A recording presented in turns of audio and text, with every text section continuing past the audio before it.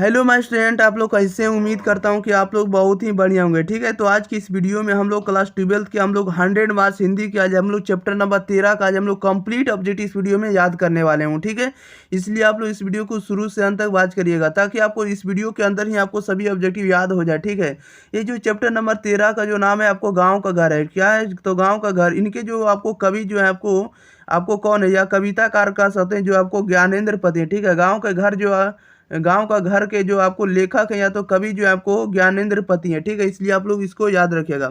अब देखिए, जो भी ऑब्जेक्टिव बताएंगे सारे आपको एग्जाम ओरिएंटेड बताएंगे, सारे आपको 2023 के लेटेस्ट एग्जाम का। ठीक है, आपको किसी भी स्ट्रीम का हो या तो आप साइंस हो या आर्ट्स हो या तो कॉमर्स हो, किसी भी स्ट्रीम का हिंदी अगर आप लोग लिए होंगे या विषय लिए होंगे तो आप लोगों को कंप्लीट हिंदी का आपको ऑब्जेक्टिव करवा दिया गया। ठीक है, लिंक आपको डिस्क्रिप्शन मिल जाएगा, वहां से आप लोग जाकर देख सकते हैं। ठीक है, किसी भी विषय का अगर आप लोगों को देखना होगा ऑब्जेक्टिव इस प्रकार का जो आपको बुक में आपको अवेलेबल रहता है, उस प्रकार का अगर आप लोग को वीडियो देखना है तो आप लोग लिंक में जाइए, लिंक आपको डिस्क्रिप्शन मिल जाएगा, वहां से आप लोग जाइए प्लेलिस्ट का। ठीक है, अब सीरियल वाइज आप लोग देखिए। ठीक है, कंप्लीट आपको करवा दिया गया है सभी बुक का। ओके, चलिए तो हम लोग स्टार्ट करते हैं। उससे पहले हम बता दें कि अगर आप लोग चैनल से नहीं जुड़े तो चैनल से आप जल्दी से जल्दी जुड़ जाइए। चैनल से जुड़ने के लिए चैनल को आप लोग जल्दी से जल्दी सब्सक्राइब कर दिए और इसका आंसर आप लोग को 3 से 4 सेकंड के अंदर आप लोग कमेंट बॉक्स के अंदर इसका आंसर बताते चलिएगा। ओके, देखिएगा फर्स्ट क्वेश्चन में हम लोग बढ़ जाते हैं। 13 चैप्टर नंबर 13 का फर्स्ट क्वेश्चन में देखिए क्या करा है। कह रहा है कि पंचायती राज में जैसे खो गए पंच परमेश्वर, यह पंक्ति जो है किस शीर्षक कविता से है बताइएगा। कह रहा है कि पंचायती राज में जैसे खो गए हैं पंच परमेश्वर, यह पंक्ति जो है किस शीर्षक कविता से ली गई है। तो यह ली गई है आपको गांव के घर से। Option number A right answer हो जाएगा। 2 में कह रहा है कि ज्ञानेंद्र पति का जन्म स्थल कहाँ है बताइएगा। ज्ञानेंद्र पति का जन्म स्थल कहाँ है? तो इनका जन्म स्थल जो गोड़ा झारखंड है। Option number A right answer हो जाएगा, आप लोग याद रखिएगा। ठीक है, चलिए तो क्वेश्चन नंबर देख लेते हैं 3 नंबर की ओर। 3 नंबर में देखिए क्या करा है। कह रहा है कि ज्ञानेंद्र पति के माता पिता का नाम क्या है बताइएगा। ज्ञानेंद्र पति के माता पिता का क्या नाम है? तो ज्ञानेंद्र पति के माता का नाम जो है सरला देवी और पिता का नाम देवेंद्र प्रसाद चौबे है। ओके, याद रखिएगा, ज्ञानेंद्र पति के माता का नाम सरला देवी और क्या माता का नाम क्या है? तो सरला देवी और पिता का जो नाम है देवेंद्र प्रसाद चौबे है। ओके, आप लोग याद रखिएगा, option number A right answer हो जाएगा। 4 में कह रहा है कि ज्ञानेंद्र पति किस प्रशासनिक पद पर थे बताइएगा। ज्ञानेंद्र पति जो थे किस प्रशासनिक पद पर थे? तो ये आपको काराधीक्षक के पद पर थे। Option number C right answer हो जाएगा। नेक्स्ट क्वेश्चन की ओर बढ़ जाते हैं। क्वेश्चन नंबर देखिएगा 5 में कह रहा है कि पंचायती राज में क्या खो गया है बताइएगा। पंचायती राज में जो है क्या खो गया? तो पंचायती राज में पंच परमेश्वर खो गया, सी राइट आंसर हो जाएगा। क्वेश्चन नंबर 6 में क्या आ रहा है कि ज्ञानेंद्र पति बिहार लोकसभा आयोग द्वारा चयनित होकर किस पद स्थापित हुए थे बताइएगा। ज्ञानेंद्र पति बिहार लोक सेवा आयोग द्वारा चयनित होकर यानी सेलेक्ट होकर किस पद स्थापित हुए थे? इसका राइट आंसर बताइएगा। तो ये आपको स्थापित हुए थे काराधीक्षक के पद पर, बी राइट आंसर हो जाएगा। 7 में कह रहा है कि ज्ञानेंद्र पति ने कौन सी कविता लिखी है बताइएगा। ज्ञानेंद्र पति ने कौन सी कविता लिखी है? तो गांव का घर, इसका कविता ज्ञानेंद्र पति का। ओके, आप लोग याद रखिएगा कि गांव का घर जो कविता ज्ञानेंद्र पति की कविता। Option number B right answer हो जाएगा। नेक्स्ट क्वेश्चन की ओर बढ़ जाते हैं। क्वेश्चन नंबर देखिएगा आप लोग 8 नंबर की ओर। 8 नंबर में कह रहा है कि ज्ञानेंद्र पति किस काल के कवि है बताइएगा। ज्ञानेंद्र पति जो किस काल के कवि हैं? तो आपको आधुनिक काल के कवि हैं, सी राइट आंसर हो जाएगा। क्वेश्चन नंबर 9 में कह रहा है कि ज्ञानेंद्र पति 20वीं सदी के किस दशक में उदित हुए थे बताइएगा। ज्ञानेंद्र पति जो है 20वीं शताब्दी के किस दशक में उदित हुए थे? इसका राइट आंसर बताइए क्या हो जाएगा। तो 8वें दशक में हुए थे। ऑप्शन नंबर इसका सी राइट आंसर हो जाएगा, 8वें दशक में।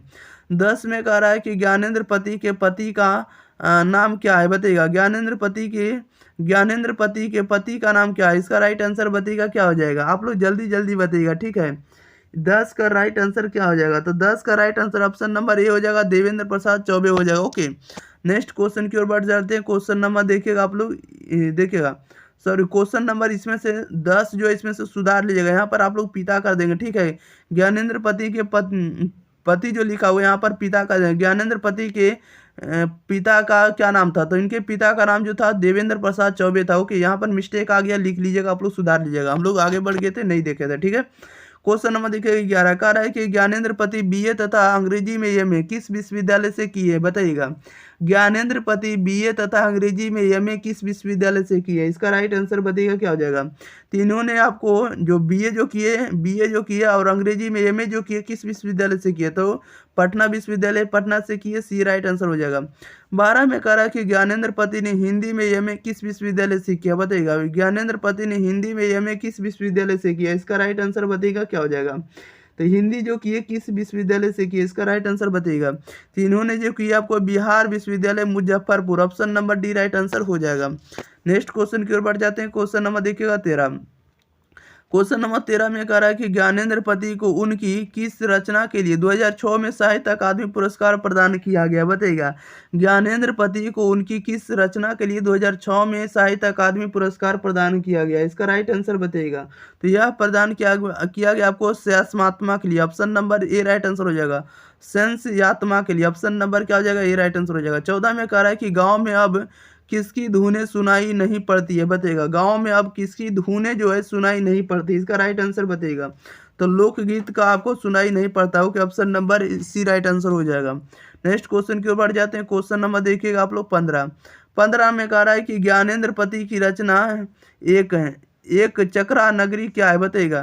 कह रहा है कि ज्ञानेंद्र पति की रचना जो है एक चक्रा नगरी क्या है, आप लोग जल्दी जल्दी बताइएगा। तो एक चक्रा नगरी जो एक प्रकार का काव्य नाटक है, option number B right answer हो जाएगा। 16 में कह रहा है कौन सी रचना जो ज्ञानेंद्र पति की नहीं, बताइएगा। कौन सी रचना ज्ञानेंद्र पति की नहीं है, तो ज्ञानेंद्र पति की रचना नहीं यानी थोड़ी सी जगह जो ज्ञानेंद्र पति की रचना नहीं है, आप लोग याद रखिएगा। 17 में कह रहा है कौन सी रचना ज्ञानेंद्र पति का है, बताइएगा। कह रहा है कि कौन सी रचना जो ज्ञानेंद्र पति का है, तो ज्ञानेंद्र पति की रचना आपको गंगा तट, आपको ज्ञानेंद्र पति की रचना, ओके। नेक्स्ट क्वेश्चन की ओर बढ़ जाते हैं। क्वेश्चन नंबर देखिएगा आप लोग 18 नंबर में कह रहा है कि आँख हाथ बनते हुए कविता किस कवि की रचना है, बताइएगा। अगर आँख हाथ बनते हुए कविता किस कवि की रचना है, आप लोग जल्दी जल्दी बताइएगा। तो आँख हाथ बनते हुए कविता जो है आपको किनकी कविता, तो ज्ञानेंद्र पति का, option number A right answer हो जाएगा। 19 में कह रहा है कि गांव के घर के भीतर आने से पहले किसे खांस कर आना पड़ता था, बताइएगा। गांव के घर के भीतर आने से पहले किसे खांस कर आना पड़ता था, इसका राइट आंसर बताइएगा। तो बुजुर्गों को, option number B right answer हो जाएगा, ठीक है। नेक्स्ट क्वेश्चन की ओर बढ़ जाते हैं। क्वेश्चन नंबर देखिएगा 20। कह रहा है कि सर्कस का प्रकाश बुलौआ शहर से कितनी दूर से आने वाला है, बताइएगा। कह रहा है सर्कस का प्रकाश बुलौआ शहर से कितनी दूर से आने वाला है, आप लोग जल्दी जल्दी बताइएगा। तो ये आने वाला 10 कोस दूर से, option number A right answer हो जाएगा। नेक्स्ट क्वेश्चन के ऊपर जाते हैं। क्वेश्चन नंबर देखिएगा आप लोग 21 में कह रहा है कि संस्यात्मा किसकी कृति, बताइएगा। संस्यात्मा जो है किसकी कृति, आप लोग जल्दी जल्दी बताइएगा। तो संस्यात्मा जो आपको ज्ञानेंद्र पति की कृति है। 22 में कह रहा है कि दूध डूबे अंगूठे के छापे किनके हैं, बताइएगा। कह रहा है कि दूध डूबे अंगूठे के छापे किनके हैं, इसका राइट आंसर बताइएगा। दूध डूबे अंगूठे के छापे किनके हैं, इसका राइट आंसर बताइएगा। तो ये जो आपको बूढ़े ग्वाल दादा के, option number C right answer हो जाएगा। 23 में कह रहा है ज्ञानेंद्र पति का काव्य नाटक क्या है, बताइएगा। ज्ञानेंद्र पति का काव्य नाटक कौन सी है, तो option number D right answer हो जाएगा। एक चक्रा नगरी जो आपको ज्ञानेंद्र पति का काव्य नाटक है, ओके। नेक्स्ट क्वेश्चन के ऊपर जाते हैं। क्वेश्चन नंबर देखिएगा 24। कह रहा है कि ज्ञानेंद्र पति का जन्म कब हुआ था, बताइएगा। ज्ञानेंद्र पति का जन्म कब हुआ था, तो इनका जन्म हुआ था 1 जनवरी 1950, ये राइट आंसर हो जाएगा। 25 में कह रहा है ज्ञानेंद्र पति को साहित्य अकादमी पुरस्कार किस कृति पर मिला था, बताइएगा। ज्ञानेंद्र पति को साहित्य अकादमी पुरस्कार जो किस कृति पर मिला था, तो इनको मिला था संस्यात्मा पर मिला था, ठीक है। संस्यात्मा पर जो है ज्ञानेंद्र पति को साहित्य अकादमी पुरस्कार मिला था, ओके। 26 में कह रहा है कि गांव का घर कविता के कवि कौन है, बताइएगा। गांव का घर जो है कविता के कवि कौन है, तो Gyanendra Pati, option number B right answer हो जाएगा। नेक्स्ट क्वेश्चन के ऊपर जाते हैं। क्वेश्चन नंबर देखिएगा 27 में कह रहा है कि गांव का घर जो है गांव का घर किस कविता संग्रह से लिया गया, बताइएगा। गांव का घर किस कविता संग्रह से लिया गया, आप लोग जल्दी जल्दी बताइएगा। गांव का घर किस कविता संग्रह से लिया गया, तो संस्यात्मा से लिया गया, option number D right answer हो जाएगा। 28 में कह रहा है कि ज्ञानेंद्र पति को किस कृति पर साहित्य अकादमी पुरस्कार प्राप्त हुआ, बताइएगा। ज्ञानेंद्र पति को किस कृति पर साहित्य अकादमी पुरस्कार प्राप्त हुआ, इसका राइट आंसर बताइएगा। तो ज्ञानेंद्र पति को साहित्य अकादमी पुरस्कार प्राप्त हुआ था संस्यात्मा पर, किसमें हुआ था, तो संस्यात्मा पर हुआ था, ऑप्शन नंबर इसका सी राइट आंसर हो जाएगा। क्वेश्चन नंबर देखिएगा आप लोग 29 कह रहा है कि ज्ञानेंद्र पति का जन्म कहाँ हुआ था, बताइएगा ज्ञानेंद्र पति का जन्म कहाँ हुआ था। तो इनका जन्म झारखंड में हुआ था, option number C right answer हो जाएगा।